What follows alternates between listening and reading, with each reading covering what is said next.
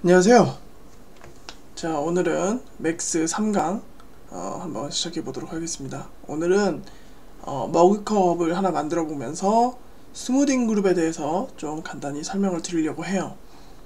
자, 일단 하면서 얘기를 하도록 하죠. 우리 1, 2강에서 기본 도형을 만들어 봤잖아요. 한번 그때에 맞춰서 기본 도형을 가지고 시작을 한번 해보자고요. 머그컵이 어떻게 생겼죠? 원통 형태죠. 그래서 기본 도형 중에 실린더를 가지고 시작하면 좋을 것 같아요. 실린더를 하나 만들어 보겠습니다. 자, 이렇게 만들어 볼게요. 전체 화면 Alt W로 해서 해보도록 하겠습니다. 자, 이렇게 만들어졌어요. 근데 조금 낮은 것 같아. 이럴 땐 어떻게 하면 되죠? 두 번째 탭으로 가서 하이트 값을 좀 올려주면 되죠. 한 요정도. 자, 가운데 Z 누르면 된다고 했어요. 자, 이렇게 되어 있습니다. 자, 근데 여기서 이제 편집을 하기 위해서 기본 도형을 이제 편집 가능한 에디터블 폴리로 변형을 할게요. 자, 우클릭 컨버트 투 에디터블 폴리. 자, 그럼 이렇게 변형이 됐습니다. 자, 근데 특이한 점이 뭐냐면 여기 옆면 있죠. 여기가 굉장히 부드럽게 이렇게 표현되어 있어요. 각이 많아서 그런 건가? 하나 더 만들어 볼게요. 자, 실린더를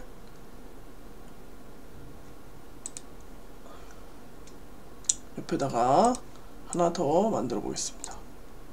자, 이번엔 비교를 위해서 사이더스 이 부분을 좀 줄여 볼게요. 자, 각이 자, 7개 6개 이 정도 할까요? 이 정도? 자, 만들었는데요. 위에서 볼 때는 분명히 각이 있는데 이 친구도 각이 심하진 않지만 각이 있죠. 근데 옆에서 보면 이상하게 이렇게 반듯하게 이어진 면처럼 보이거든요. 자, 이게 실제로는 좀 일어나기 힘든 일이잖아요. 근데 이게 노말 쪽이 좀 그래요. 이후에 노말 맵에 관련된 것도 할 건데 원래는 자, 얘를 제가 변형을 해서 왜 그런지를 설명을 드리겠습니다. 폴리곤 쪽에 가서 선택을 하나 해보시면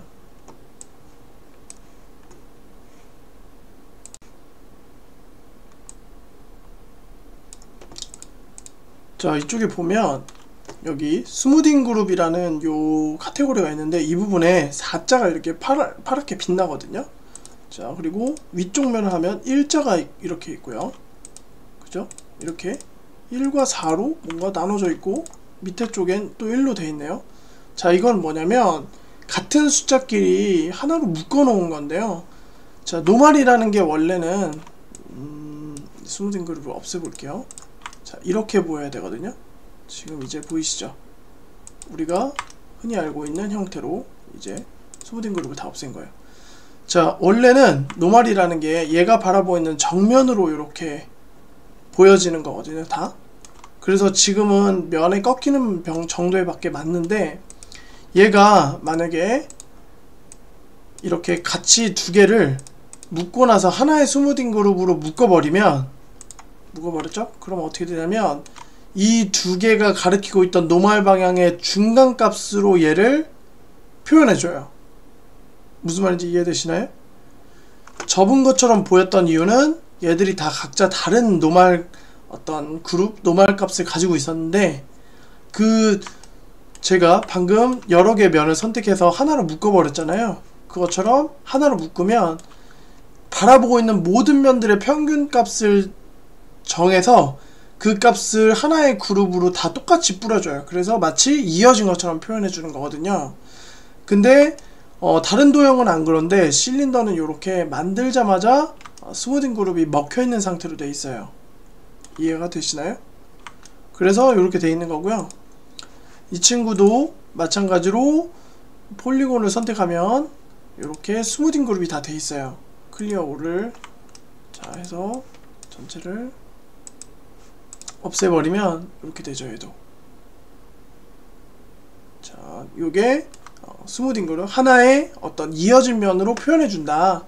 다른 면들도 그 기준은 뭐냐? 각자 면들이 바라보고 있는 각도 값을 평균 값을 구해서 그 값으로 전체를 뿌려줘 버린다.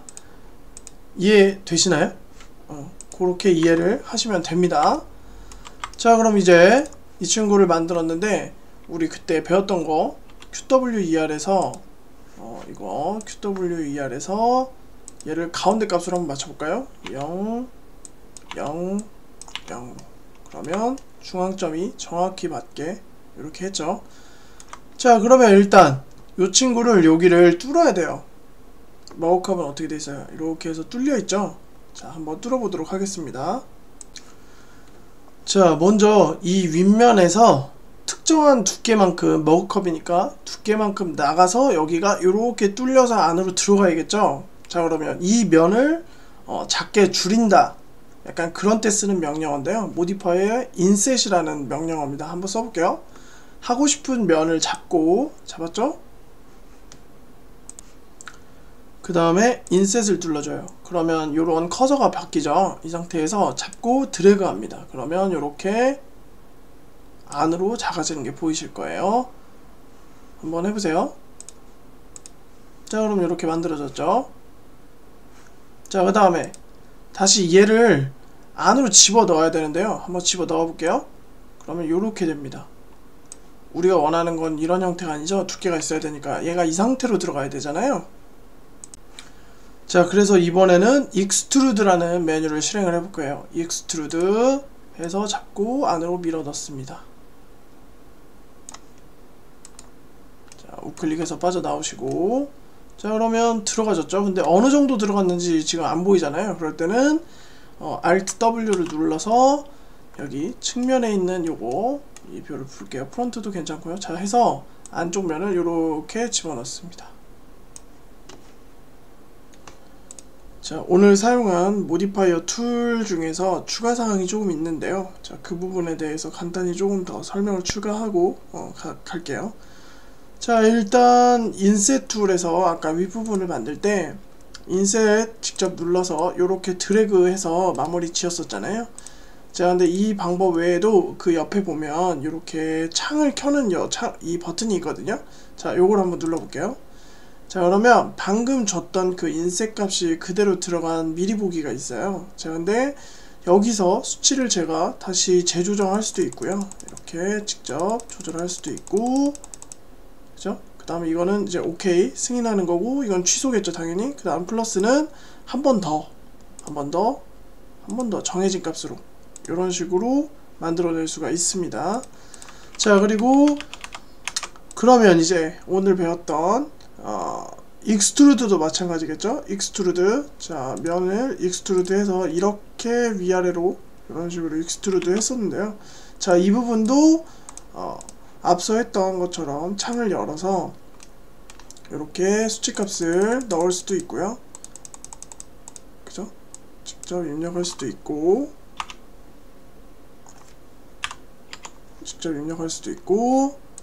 그 다음에 승인할 수도 있고, 아니면 여러 차례 플러스 해서 여러 차례 할 수도 있습니다. 캔슬도 당연히 되고요.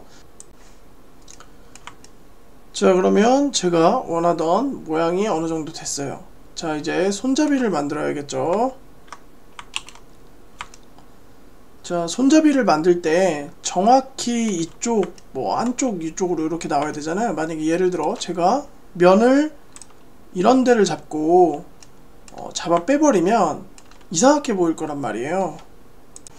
그래서 그리드와 평행이 되는 이쪽 면을 잡아 빼겠습니다. 자, 보시면 위에서 봤을 때 이쪽과 평행값이죠. 만약에 제가 이쪽 면을 잡고 하면 평행값이 안 되잖아요. 그러면 어떻게 하면 되겠어요? 두 개를 동시에 잡던지, 그죠? 두 개를 동시에 잡아서 빼던지 그렇게 해야겠죠. 자, 하지만 이쪽에서 그냥 바로 여기가 평행하니까 이쪽 거를 잡아서 해볼게요. 자, 이쪽 친구를 밑에 것도 요렇게 두 개를 잡아서 빼볼게요. 자, 동시에 여러 개를 선택할 때는 컨트롤 누른 채, 제가 여러 개 프로그램 쓰다 보니까 이 동시 선택이 조금 헷갈릴 때가 있는데 컨트롤 시프트 알트 중에 하나거든요, 대부분은. 그래서 번갈아 가면서 해보시면 돼요, 조금 헷갈리시면. 자, 이 상태에서 이번에도 익스트루드로 빼볼 건데, 이번에는 여기 있는 명령어 말고 익스트루드는 많이 쓰여서 단축키가 있어요. Shift를 누른 채로 빼보겠습니다. Shift를 누른 채 빼줍니다. 한번 빼줬죠? 자, 그 다음에 그대로 쭉 빼도 되지만 저는 나눠서 빼볼게요. 한 번 더 Shift 누른 채 빼고 한 번 더. 자, 요렇게 빼보겠습니다. 자, 그러면 어떻게 됐어요? 손잡이의 모양이 될 만큼 빠져나왔죠? 자, 근데 여기하고 여기가 이제 이어져야 되는데 우리가 이거는 배우지 않았다. 그죠? 그러면 한번 이어보도록 하겠습니다. 자, 일단 브릿지라는 개념을 설명할 건데요. 먼저 이쪽을 구멍을 뚫어 줄게요. 델리트, 이쪽도 델리트. 자, 그럼 이 상태에서 이면과 이면을 연결하면 되겠죠? 자, 그러면 어떻게 쓰느냐. 여기 브릿지라고 있습니다. 브릿지, 다리. 자, 저는 엣지와 엣지를 연결할 거기 때문에 엣지로 선택을 해주고, 자, 브릿지 눌러서, 자, 여기서 여기 연결되었죠? 자, 여기서 여기, 그리고 여기서 여기 연결됐죠? 그리고 여기서 여기 이렇게 연결하겠습니다. 그러면 이제 어느 정도 모양이 됐죠? 자, 이 상태에서 모양을 조금 다듬어 줄 수 있어요. 자, 얘를 조금 길었다 그러면 이렇게 짧게 만들어 줄 수도 있고, 이 부분을 조금 아래로 내려서 이렇게 조금 각도를 만들어 줄 수도 있죠. 자, 이렇게 해서 머그컵 모양을 만들었습니다. 일단 자, 그럼 이제 여기서 우리는 간단히 요 면들 있죠? 부드럽게 보여야 되는 면들을 처음에 배운 스무싱 그룹을 한번 줘보자고요. 자, 스무싱 그룹 폴리곤 선택으로 돌아가셔서, 자, 스무싱 그룹을 주고 싶은 면들만 선택을 해야겠죠. 자, 이렇게 이쪽은 필요 없으니까 빼고,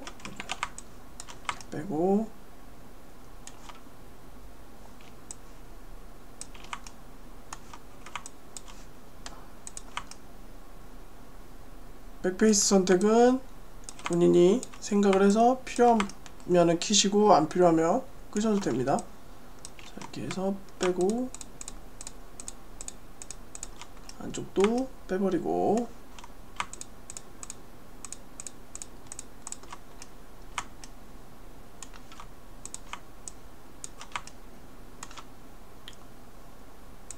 자, 그러면 밑에 면도 빼버리고, 그러면 이제 원하는 선택 그게 됐죠. 자, 이 상태에서 그룹이 뭐 32개까지 있으니까 안 겹치게 하면 돼요. 자, 1번 해볼게요. 그러면 이렇게 어떻게 됐어요? 얘네끼리 됐죠. 뭐 안쪽도 동일하게 할 수 있습니다. 안쪽도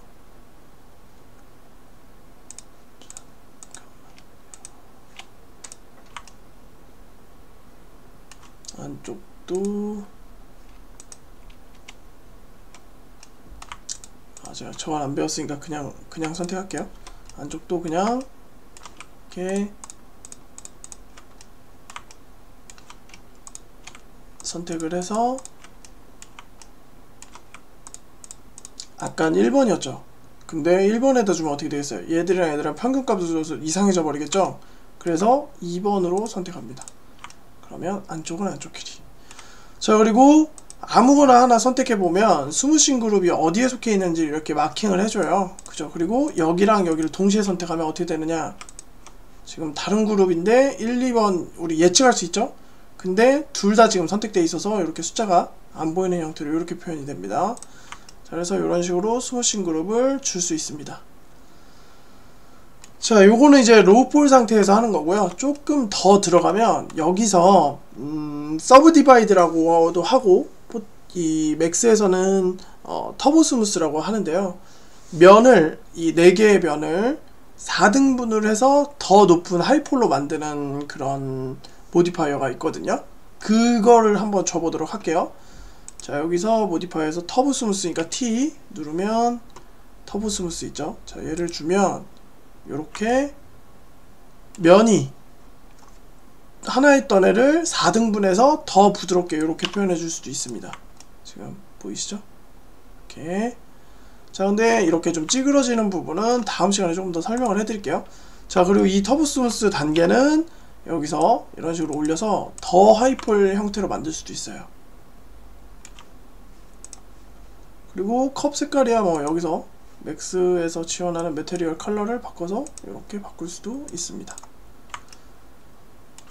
자, 그래서 이런 식으로 다양한 표현이 있으니까 오늘 내용은 그 스무싱 그룹을 이용해서 로우풀 상태에서 부드러운 면을 표현해주는 방법. 근데 실제 어떤 그런 물리적인 거에서는 좀 말이 안 되는 방식이긴 한데 디지털 그래픽이니까 그게 가능하다는 것 정도는 조금 이해를 해주시면 좋을 것 같습니다. 자, 그러면 시청해주셔서 감사드리고 다음 시간에 또 좋은 강의로 찾아오도록 하겠습니다. 감사합니다.